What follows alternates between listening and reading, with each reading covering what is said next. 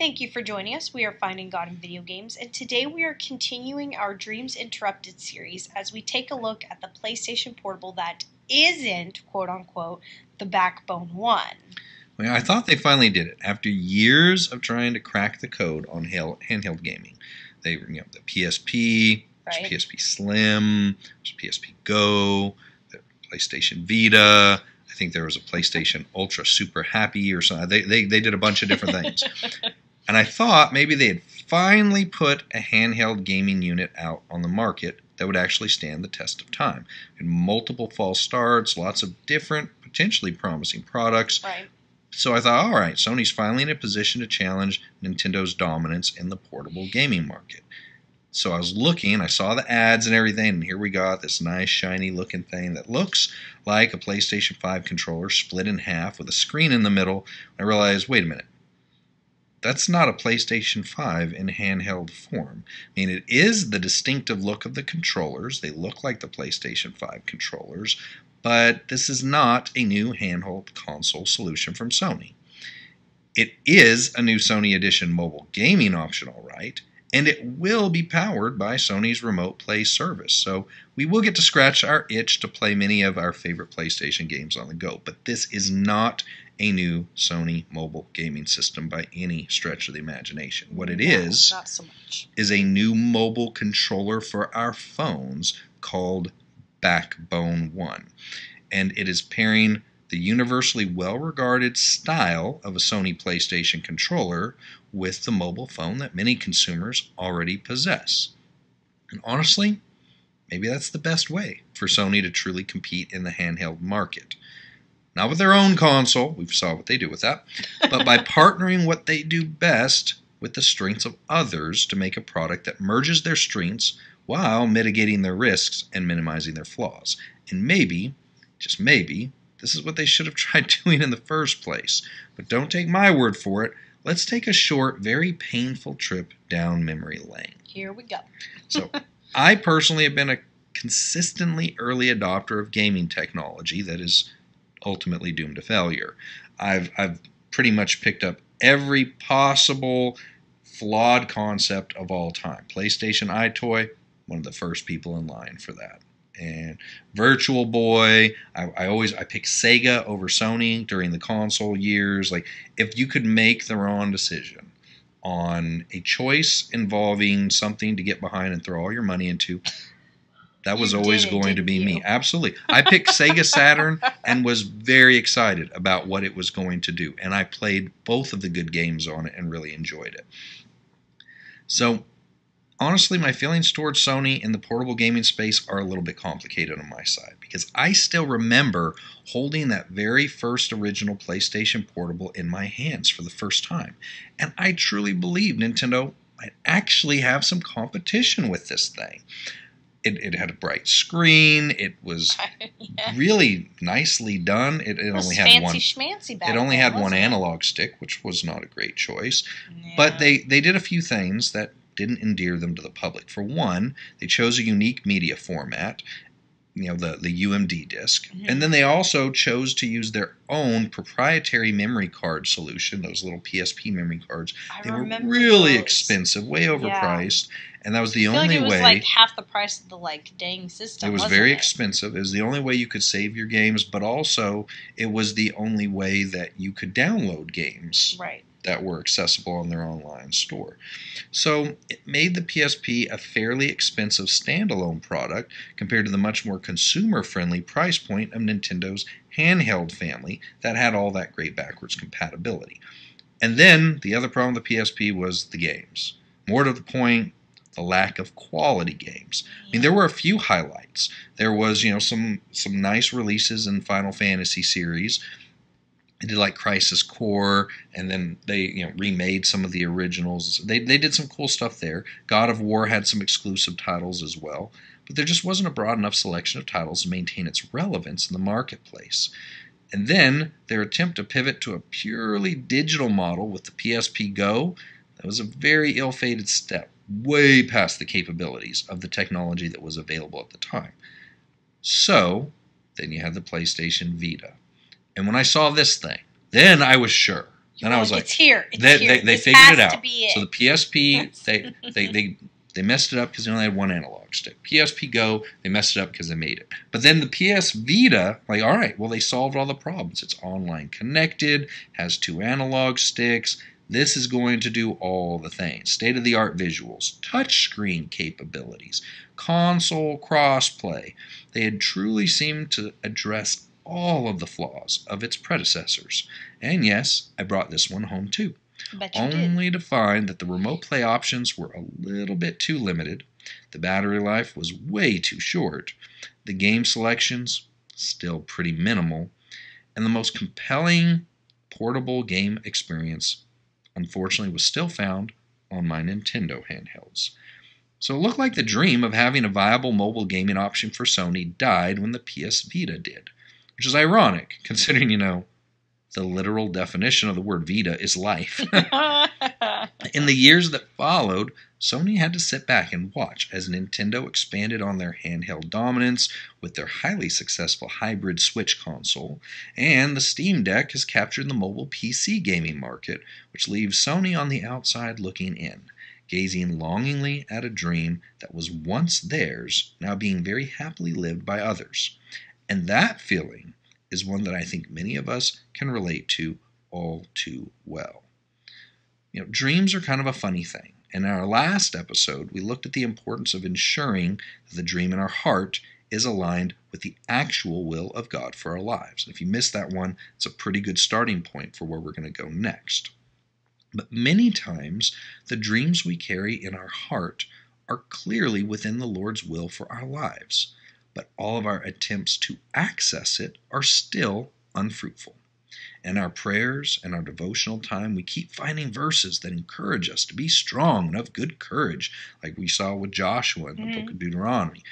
But every time we try to take a step in any direction, we're just met with roadblock after disappointing roadblock, causing us to wonder if we heard from the Lord correctly.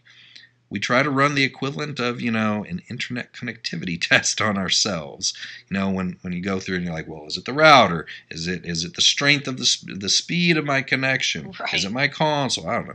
So we run that on ourselves to validate, are our motives pure? Did we prepare properly? Is our connection with the Lord stable? But despite all of those confirmations, everything's showing green, all the boxes are checked, but we're still unable to launch.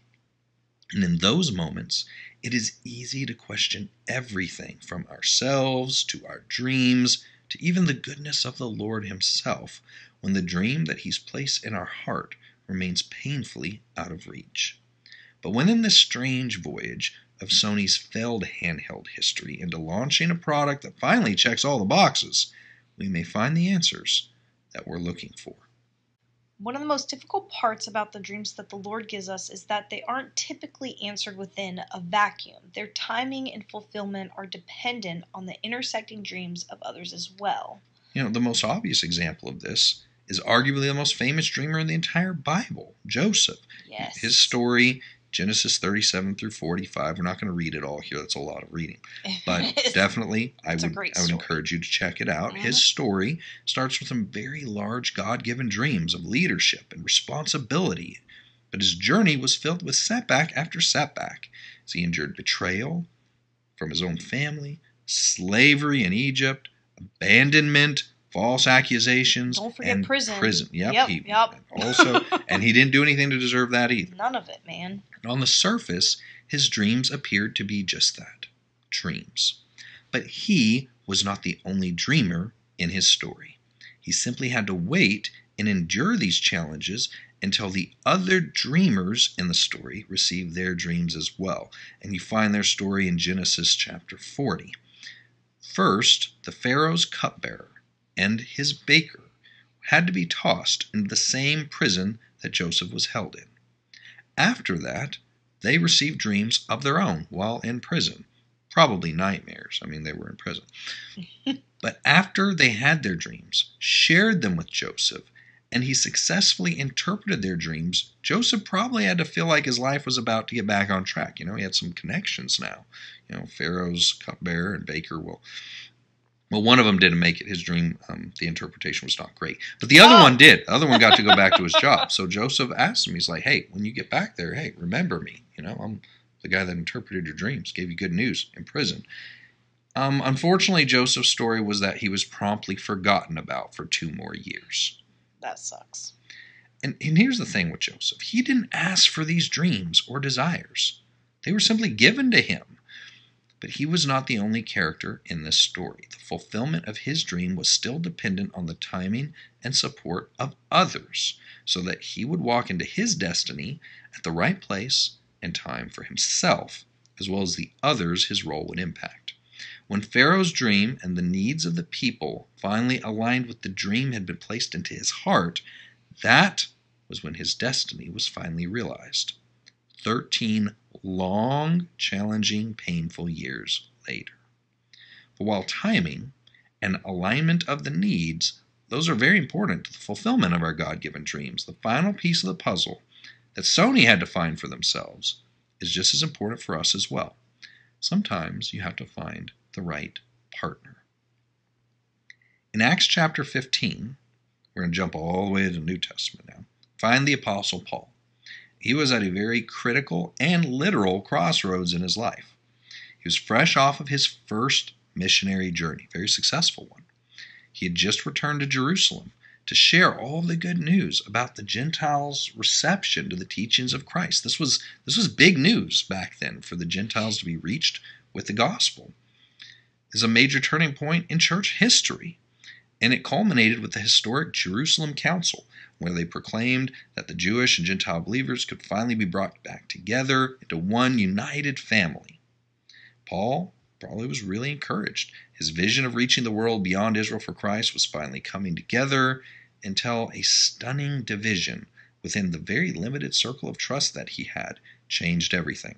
So we're going to read that part. Acts 15, verses 36 through 41. Then after some days, Paul said to Barnabas, now Barnabas was his partner in his first missionary journey. He said, let us now go back and visit our brothers in every city where we have preached the word of the Lord and see how they're doing. And Barnabas was determined to take with them John, called Mark. But Paul insisted that they should not take him with them. He had departed from them in Pamphylia and had not gone with them to the work. The contention became so sharp that they parted from one another. Barnabas took Mark and sailed to Cyprus. Paul chose Silas and departed, being commended by the brethren to the grace of God. And he went through Syria and Cilicia, strengthening the churches. So Paul and Barnabas had performed incredible work together. But the next phase of Paul's calling, sadly, brought their separation. Barnabas and Mark, Mark, he's the one that wrote the Gospel of Mark, right. They would go off and follow their vision. The next phase of Paul's missionary calling would take place with a new partner that he had just met named Silas. And it would be this Silas who would travel with Paul on his next 2 missionary journeys. He would accompany Paul through the hardships and the rough times that were ahead. And he would be there as Paul wrote almost all of the New Testament epistles that form the basis of our Bible today. Now, Barnabas may have been the right partner for Paul for the first part of his journey, but Silas was the one who would finish the race with Paul. And as hard as it can be for us to accept, the reality is that our dreams have multiple moving parts that must come together for completion. The right time, the right place, and the right partner to fulfill them with. Now, Sony began their journey into the handheld space with the original PSP all the way back in December of 2004. And after 15 years of trying and failing to disrupt the handheld market with their offerings, they finally ceased production on their final handheld console, the Vita, in 2019. 15 years. That's a lot of years. It is. Their dream seemed to be dead. What they didn't realize was that in the summer of 2018, a new dream had sprung to life in someone else's heart. A new tech company named Backbone quietly emerged from the shadows. And nobody would have possibly predicted at that time that their dreams would somehow coalesce into a combined vision for the future. But here we are in 2022, as Sony has finally found a partner that can breathe new life into their dream. With Backbone providing the technology, Apple supplying the mobile phone hardware, and Sony tapping into their reservoir of games and remote play capabilities to provide a product that finally gives Sony the mobile gaming option they've been trying unsuccessfully to build on their own all this time. Took a lot of partners to do that. It did, and it took nearly 18 long and difficult years to get all the way here. Yeah. But now that the timing is right, and the technology is present, and the perfect partner has arrived, Sony can finally see their dreams fulfilled in the hands of gamers all across the world. The hardest part about deferred dreams is the waiting. And the reality is that, sometimes it's not God waiting on us, but on others to reach the place that they need to be so that they can join us on this journey.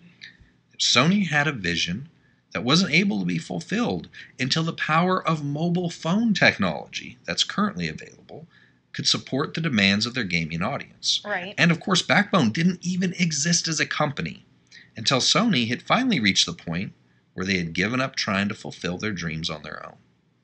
Part of the painful truth about the fulfillment of our dreams is that those who start the voyage with us may not be the same people who are destined to finish the race with us. Barnabas was the right partner for Paul in phase 1 of his ministry, but it was Silas who was specifically chosen by the Lord for the second and final phase of Paul's work. And Sony, they took on several different technology partners over the years, trying to accomplish their dreams. But now that the correct partner has emerged, the core strengths between each of these companies will finally deliver on the dreams Sony had many years ago. When we find ourselves in a situation where our God-given dreams feel stifled, but the vision in our heart is compelling us to continue to believe and persevere, it is easy to reach a point of frustration, doubt, and disillusionment.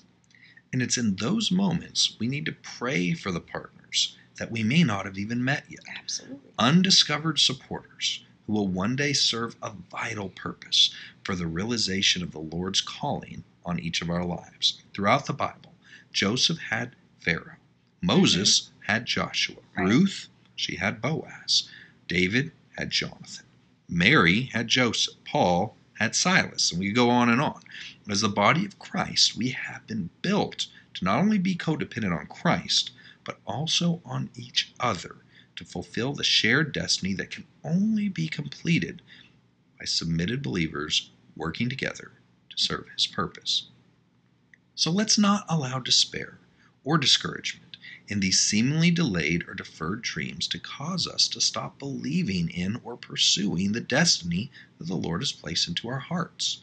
Let's instead be encouraged by the knowledge that all of this will be made beautiful in its time. We only see part of the picture from our current position. That's by design. But as every dreamer has eventually found to be true, if we are faithful to walk in obedience and faith in the Lord's plan, He will always fulfill His promises. We may simply be waiting on the right alignment of a partner that is essential to His plan to climb the other side of this mountain. And as Sony found in Backbone, the partner that they never knew they needed, when we both finish climbing our respective sides of the mountain, we will meet together at the top, so we can finally see the promised land and reach our combined destiny together. Finish with a reading from Ecclesiastes 3, verses 10 and 11. I have seen the God-given task with which the sons of men are to be occupied. He has made everything beautiful in its time. Also, He has put eternity in their hearts, except that no one can find out the work that God does from beginning to end. We truly hope this has encouraged you today, and if you'd like to connect with us or check out some of our other content, such as our articles, videos, daily devotionals, and gaming streams, we can be found on YouTube, Facebook, Twitter, Instagram, and TikTok.